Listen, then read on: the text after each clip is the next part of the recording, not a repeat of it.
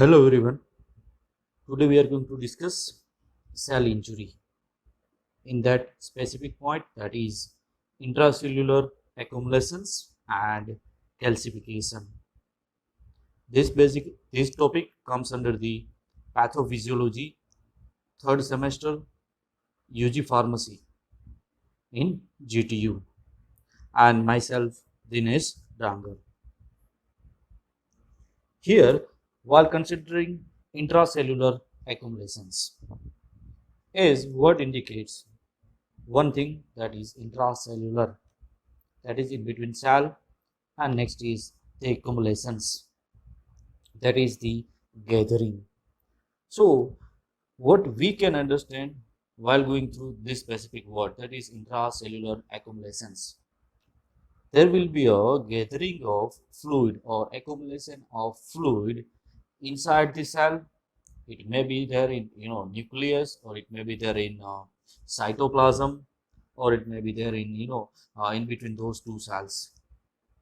So while considering these kinds of accumulations, in many a condition it is normal that there will be accumulation of water, lipid, proteins and carbohydrate in excess amount. So basically it is a normal process.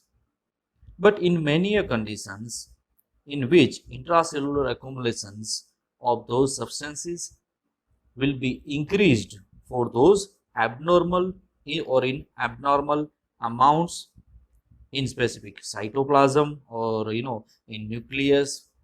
And while considering cytoplasm, mostly it can be seen with lysosomes or nucleus of the cell. Previously, this entire phenomenon, that is intracellular accumulation, was referred as infiltration, right? So what that infiltration indicates, this infiltration means that there is something unusual is going on, or unusual infiltration can be seen with the cell from the outside, and which may not be seen during the normal stage or normal cases. Here, these kinds of accumulations of the substances, while considering mild degree, it can cause is the a reversible cell injury, while in more severe damage results into an irreversible cell injury. We had a already discussion about reversible cell injury and the irreversible cell injury during the pathogenesis of cell injury. So for more details, you can go through that video also. Here, abnormal intracellular accumulations can be further divided into three groups. First, that is for normal substances. Next one is for abnormal, and third one, that is for pigments. While considering the accumulation of constituents of normal cell metabolism, that is produced in excess, and we can have an example like water, lipid, proteins and the carbohydrates, right? Those fatty changes that can be seen with the lipid, as well as certain amount of cholesterol will be get deposited. So that comes under normal condition or the normal accumulations. Next one, that is accumulation of abnormal substances, that is produced as a result of abnormal metabolism, right? Due to the abnormal metabolism, and there will be a lacking of some kinds of enzymes, like we can have example of the storage diseases or inborn errors of the metabolisms. And while considering those abnormal substances, it could be the exogenous or the endogenous. Exogenous substances like minerals or the products of the infectious agents, whereas in the cases of endogenous substances, there it is a product of abnormal synthesis or the metabolism. Third one, that is accumulation of pigments, where we can have exogenous endogenous pigments and the exogenous pigments. And in cases of endogenous pigments, under special circumstances it can be seen, whereas in the cases of exogenous pigment, there will be a lacking of certain enzymatic mechanisms, right, that could degrade the substances or the transport mechanism which transfer them from the site to site. So now we will have a discussion on these three, that is normal, abnormal and the pigment. What could be the reasons behind the development of intracellular accumulations? First one, that is A normal endogenous substances is produced at a normal rate, or it may happen that there will be a increased rate of production of those normal endogenous substances, but the rate of metabolism will be inadequate. If there will be a gathering, it can be metabolized during normal cases. But in cases of the accumulations, we can see that the rate will be normal or increased, but the rate of metabolism may be altered, or it may not have a capacity to metabolize that much amount of those gatherings. Here we can have example of the fatty changes in liver, right, due to the accumulation of intracellular triglyceride. While considering fatty changes, fatty changes that may occur with the liver, and as we know that liver is the commonest site for the accumulation of the fat, because generally, for the fat metabolism, liver is responsible. And again, depending upon the the cause and the amount of accumulation, fat change may be mild and reversible, or severe, producing irreversible cell injury, and it may lead to the cell death. Here there will be appearance of reabsorption droplets in renal tubules. Second example, the first was for fatty changes that may occur in liver. Second is the appearance of reabsorption droplets in renal tubules. We will have a image for this in the next slide. Here, in cases of renal tubules, there will be increased leakage of proteins from the glomerulus, as we have discussed earlier, in the second semester urinary system, while considering the physiology of urine formation. Right, first in that first point, that is glomerular filtration, extracellular reabsorption, and the tubular secretion. While considering glomerular filtration, where while going with that specific process, it may happen that certain proteins may leak out from the glomerulus, and then there will be a gathering, or the accumulation of that specific protein into the renal tubules. Here you can see that in diagram. While considering normal cell, it's a normal healthy cell on the very left side, whereas in the cases of right side, we will have both. First is for fatty liver, and the next one is for the renal tubules, where it is due to the the accumulation of the protein. In first, we can see that in cases of fatty liver, right, there will be a excess amount of fat, and it might be because of certain conditions like obesity, diabetes mellitus, or due to the congenital hyperlipidemia. In these three conditions, like these kinds of fatty liver can be seen. Is while comparing these two, we can imagine that in first slide, or that is what in normal cell, there are triglycerides are present, right? Fatty acid is present, but that will be in a minute quantity. Whereas in the cases of fatty liver, we can see that those larger globules are formed, and these larger globules have covered almost 90% area of the cell. Here it can lead to the liver cell damage, right? And there are many conditions that can lead to the liver cell damage, like alcoholic liver diseases, and it is the most common reason behind it. Next one might be because of the starvation. Next is the protein calorie malnutrition due to the chronic illnesses, like while considering tuberculosis. In cases of acute fatty liver, in while with the late pregnancy. Next is hypoxia, and mostly it can be seen with the anemia and the cardiac failure. It might be because of certain hepatotoxins, like carbon tetrachloride, chloroform, ether, aflatoxins, or any other kinds of poisonous material may lead to have a fatty liver condition can be seen. And where exhibit those triglyceride globules have covered almost 90% of the area, and it looks entirely, both the cells may have a characteristics differences over here. So next one, that is for the renal tubules, where we can see that the excess amount of protein is leaked from the glomerulus, and this is a example for the renal tubules, where exactly the glomerulus filtration may occur, and there will be a high amount of protein, that again that protein may leave the circulation, that is what the from the inner wall of the renal tubule, and it may come into the those cells, renal cells, and that may lead to the accumulation of the that proteins, and it may lead to the have a may interrupt certain normal functionings or the normal metabolic activities, which may be carried out throughout the 24 into 7 into the renal tubules. Second, and that is a normal or abnormal endogenous substance that accumulates due to the genetic or the acquired defects into the in metabolism. Next is in packaging, transport, or secretion of these kinds of substances. So first, what we had a discussion on those normal substances, right? Next, that is what will be glycogen, or it may be fatty acids, it may be proteins, it may be water, right? So all those were with protein and the water and the glycogen accumulation. Next is that is for normal as well as for abnormal components, and that abnormal endogenous substance accumulation might be because of many reasons, like it could be because of genetic disability, it might be because of certain acquired defects in what can say metabolism, the way cell used to work. Next is the packaging of the material. Once the packaging complete, it should be transported by considering proteins. It will that protein synthesis may occur inside the nucleus as well as in cell cytoplasm. So there will be a that specific transport mechanism may get interrupted, or due to the secretion of these kinds of substances. While considering genetic mechanisms, there is a specific enzyme which is responsible for it.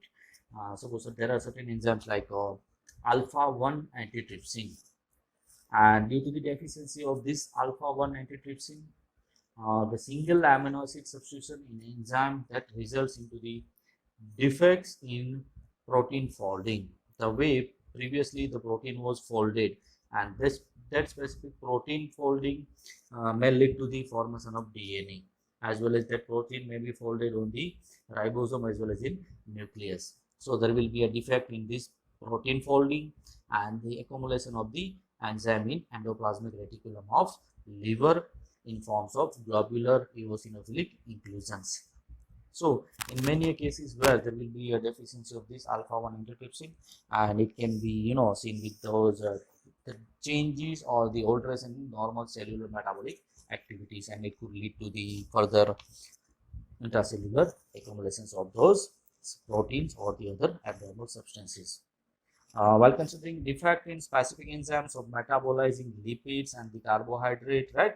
Even we know that there will be a presence of those lipases. Next is those certain any other enzymes which could be responsible for the degradation of the or for the depolymerization of the larger globules into the smaller globules of those specific fatty materials or the carbohydrates or the lipids. So here there will be a deficiency of these such kinds of enzymes.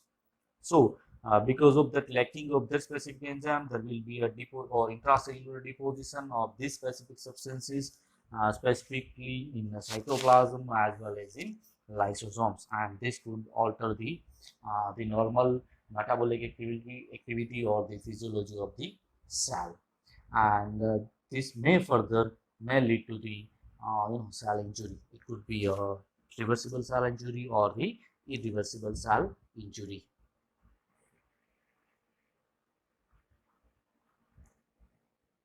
Here that is for given for the example given for the deficiency of the enzymes like alpha 1 antitrypsin, or the second one that is for the transport mechanism or the packing material.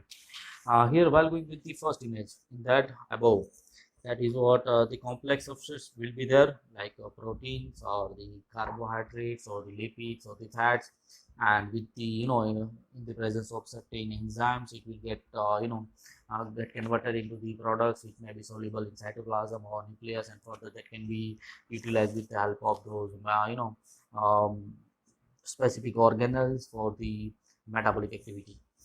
Whereas in the cases where the specific enzyme is absent or not available, which can have the presence of those complex substrate in such manner only, it may not get converted into the soluble products or soluble substances. So there will be a accumulation of those kinds of complex substrate in the cytoplasm, and it could lead to the certain kinds of diseases, and there will be accumulation of those endogenous materials leading to the cell injury.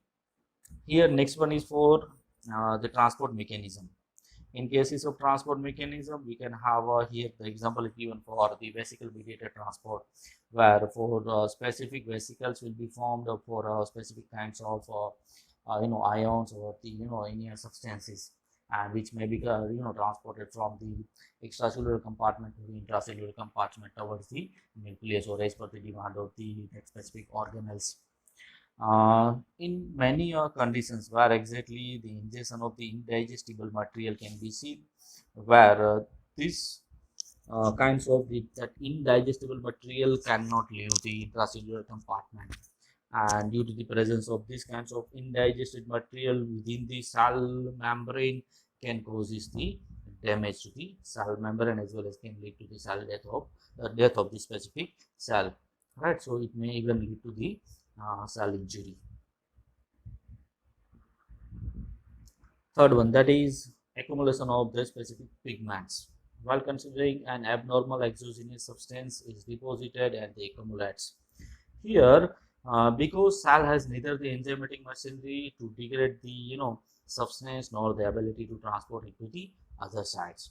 Here, even that specific cell may not have that specific capacity that it can work out on those specific accumulated substances. Like we can have an example of carbon particles, right?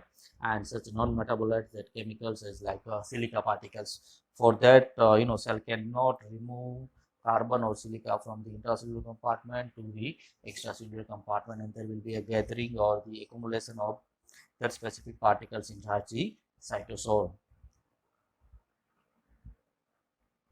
Okay, so that is all about the intracellular accumulations. One point what I have not mentioned into it, that is those pigments. So while considering those pigments, it can be divided further into the endogenous pigments and the exogenous pigments. Here, in cases of endogenous pigments, we can have an example of melanin, right? Melanin will be present inside the skin. So that melanin is the brown black non-hemoglobin derived pigment, and normally present will be in hair and skin, mucosa at some places, and the choroid of the eye, and the meninges, and the adrenal medulla. And in while considering skin, it is synthesized in the melanocytes. For that production of melanin, there will be a melanocytes will be present. Actually, remember one thing, that melanin and melatonin, these two are different, right? Melatonin is a part of while considering that that biological clock which is present while considering the body, right? There will be a such kind of biological clock which regulates the activity of the person, and which may be responsible for the induction of sleep. So here melanin is different and melatonin is different. In cases of melanin, right, in skin, it is synthesized in melanocytes and the dendritic cells, right, and both of which are present in the basal cells of the epidermis, and generally it is stored in the form of cytoplasmic granules, like under the dermis. So in many conditions, like there will be a deposition of melanin. While considering the deposition of melanin, for that specific test is available, that is Dopa reaction, right? If the enzyme is present, there will be a dark pigment is identified in pigment cells, and for that this specific dark pigment, and that specific reaction can be termed as a Dopa reaction, and it can be used for the differentiating the embryonic melanoma from the other kinds of tumors. So here endogenous pigments involves melanin, as well as there are certain other pigments, that is melanin like pigments can be considered with the alkaptonuria, right? What is alkaptonuria? A kind of rare autosomal recessive disorder, right, in which there will be a deficiency of an oxidase enzyme, and that specific oxidase enzyme will be required for the breakdown of those homogenetic acid, right? That is what homogenetic sorry that is a homogeneticic acid, right, which could that may lead to the accumulates into the tissues, and again it will be excreted into the urine, leading to the aciduria. Here the other syndrome, that is Dubin-Johnson syndrome, where hepatocytes in the patients of Dubin-Johnson syndrome, a kind of autosomal recessive form of the hereditary conjugated hyperbilirubinemia, and which contains the melanin like pigments in the cytoplasm. There are other substances too, like hemosiderin, and there will be a localized hemosiderosis and the generalized hemosiderosis. And there are other substances that may have a accumulation, that is acid hematine, that is hemozoin, acid hematine or the hemozoin. And again, it is a kind of malarial pigment. We can call it as a malarial pigment, which is again a kind of heme protein that may be derived from the brown black pigment that contains the heme ion in ferric form and acidic medium. Right, so there will be accumulation of hemozoin that can be seen with malaria. There will be accumulation of bilirubin. Right, bilirubin is the generally normal non-iron containing pigment which may be present in bile, and it will be derived from the porphyrin ring of the heme moiety of the hemoglobin. Next is there will be accumulation of the porphyrins, and these porphyrins are normal pigment that may be present in hemoglobin, myoglobin, and the cytochrome. So this is all about the endogenous pigments. Next is the exogenous pigments. Actually, I have not mentioned here this in PPT. So I'm just giving a brief idea about those pigments and accumulations due to the pigments, right? In cases of exogenous pigment, it can be divided into the inhaled pigment and the ingested pigment, as well as through injected pigments, right? These three: inhaled pigments, ingested pigments, and the injected pigments. Ingested and injected, right? In cases of inhaled pigments, while considering inhalation, it involves respiratory system. So these kinds of substances are like silica or the stone dust or the iron oxides or the oxides of the iron, or asbestos or very other organic substances. This may be inhaled through the respiratory system, whereas in the cases of ingested pigments, while considering food, right, through the digestive system, that is ingested pigments. And it can lead to have the effects on the gastrointestinal tract as well as on the liver. It might be because of those argyria and the chronic lead poisoning. And the third and the last one, that is those injected pigments. While considering pigments that is injected, it can be seen with the tattooing. While considering tattoo, right? Again, today nowadays it is fashion that one will have a tattoo on a skin, that specific hands. While considering upper extremities, many will have those tattooing on the skin. So again, while considering pigments, like here that is the like India ink or the cinnabar and the carbon, it will be introduced into the dermis, right, the upper layer of the skin. In the next upper layer, sorry, next second layer, that is dermis, in the process of tattooing, where this specific pigment is taken up by the macrophages and lies permanently in the connective tissues. So this is the example for the injected pigments, and it may lead to the cell injury. Okay, so that is all about intracellular accumulation. Now we will go through the next point, the consecutive point, that is the calcification.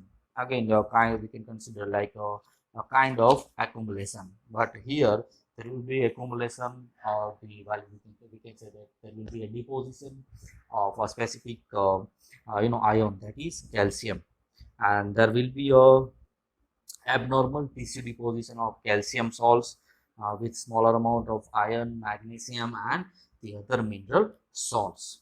So here, while considering the calcification, right, it could be pathologic calcification. While considering to the pathologic calcification or the calcification, there will be a deposition of calcium salts in tissues other than the osseoid or the enamel. If the deposition is will be resided into the bone, that is again different thing. Here we are discussing about the deposition of calcium in rather than the osseoid and the enamel, and it can be termed as a pathologic or the heterotropic calcification, right? And further it can be divided into two specific or the distinct types of pathologic calcifications. They are dystrophic calcification and the metastatic calcification. What is dystrophic calcification?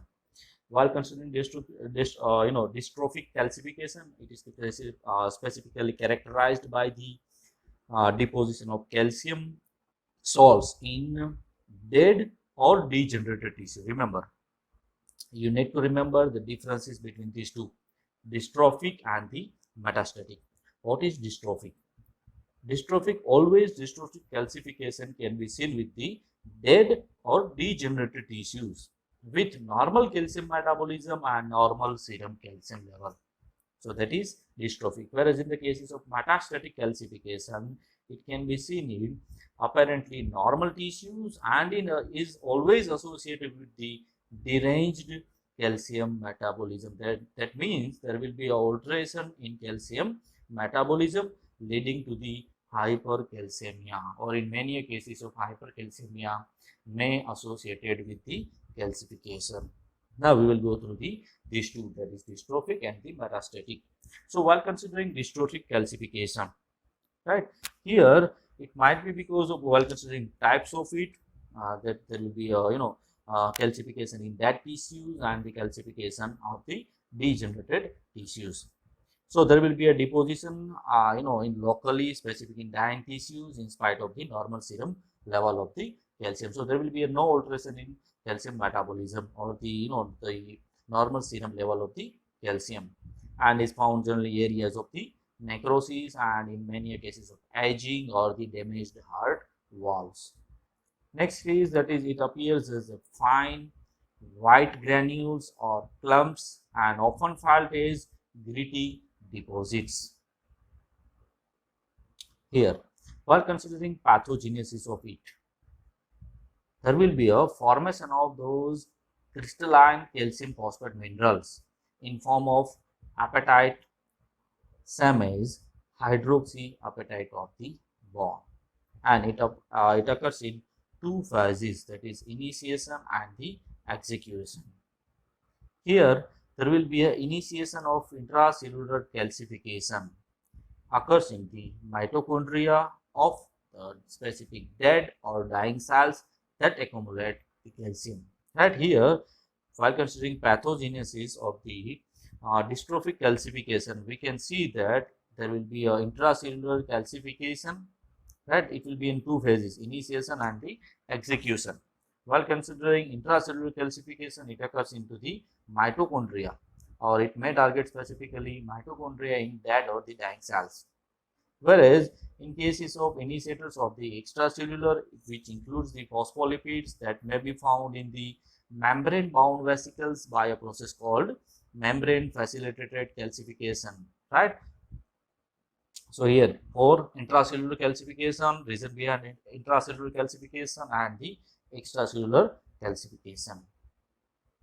Here, calcium ion binds to the phospholipids which is present in vesicle membrane. So it starts with the calcium ion, it binds with the calcium ion binds with the phospholipid which may be present in vesicle, and that specific phosphatase is associated with the membrane, may generate the phosphate groups which further bind to the calcium. Now, the cycle of calcium and the phosphate, that is binding with the that specific phospholipid, that process may undergo cyclization or cyclic process, which may be cyclic process or further repeated many a times, and that's due to that specific repeated procedures, there will be a rising of the local concentration of calcium, and it may produces the deposits near to the cell membrane.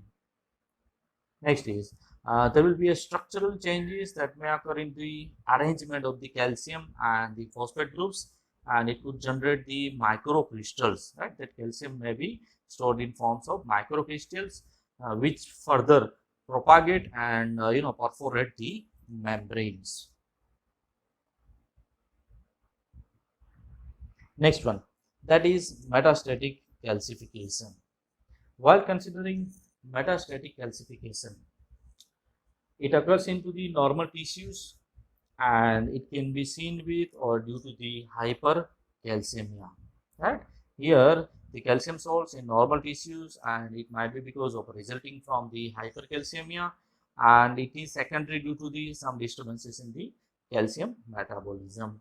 While considering the the classification or the groups, it can be classified into two groups. First will be the excessive mobilization of calcium from the bone, and it might be because of the excessive absorption of calcium from the gut. Here, while considering the causes of the hypercalcemia, that how exactly hypercalcemia may occur. See, always while going with the pathophysiology, anatomy, or the pharmacology, always try to understand the words. In many conditions, that word may have a answer. What is hypercalcemia? So that at least you should know that what is that hypo and the hyper, and that specific word, that is calcemia. So here there will be an increased amount of calcium can be observed. Here there will be a increased secretion of PTH, right? That parathormone, which subsequent may lead to the bone resorption, leading to the hypercalcemia. Next is destruction of bone tissues. There will be a destruction of bone tissues occurring with the primary tumors of the bone marrow, or it diffuses the skeletal metastasis and leading to the accelerated bone turnover or the immobilization.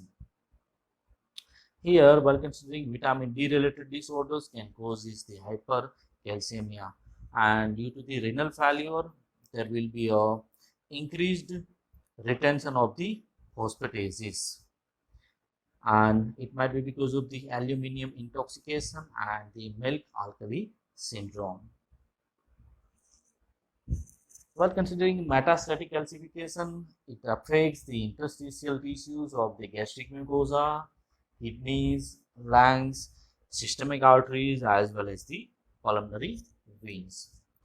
These are all tissues that are mostly affected, lose acid, and so they may have internal alkaline compartments, leading to have increased chances of the metastatic calcification. While considering sites, it may involve specifically kidneys, especially at the basement membrane of the tubular epithelium, and it will may be present in tubular lumina, causing the nephrocalcinosis. Again, while considering site, it may involve lungs, especially in the alveoli walls. While considering stomach, on the acid secreting fundal glands. It may involve the blood vessels, especially on the internal elastic lamina, as well as it can be seen in cornea. Right? Again, cornea is another site that may be affected by the metastatic calcification, as well as the synovium of the joint, causing the pain and the dysfunctioning. Here, morphologically, it resembles the dystrophic calcification. Okay, massive involvement of the lung that produces remarkable X-ray films and the respiratory deficits, and the while deposits into the kidney may causes the nephrocalcinosis. So, while considering this, we have completed the intracellular accumulations and the second part, that is calcification. In cases of calcification, we have gone through the metastatic calcification and the dystrophic calcification. So this is, I think this is what is from my side today, and I request all of the students to go through the these points and kindly go through it, and for reference you can refer Horsemohn. Actually, while considering this PPT, I have made it from the Horsemohn, the textbook of pathology. And one thing is sure that, and I ensure that with these lectures, you can at least you have the basic knowledge about the pathophysiology.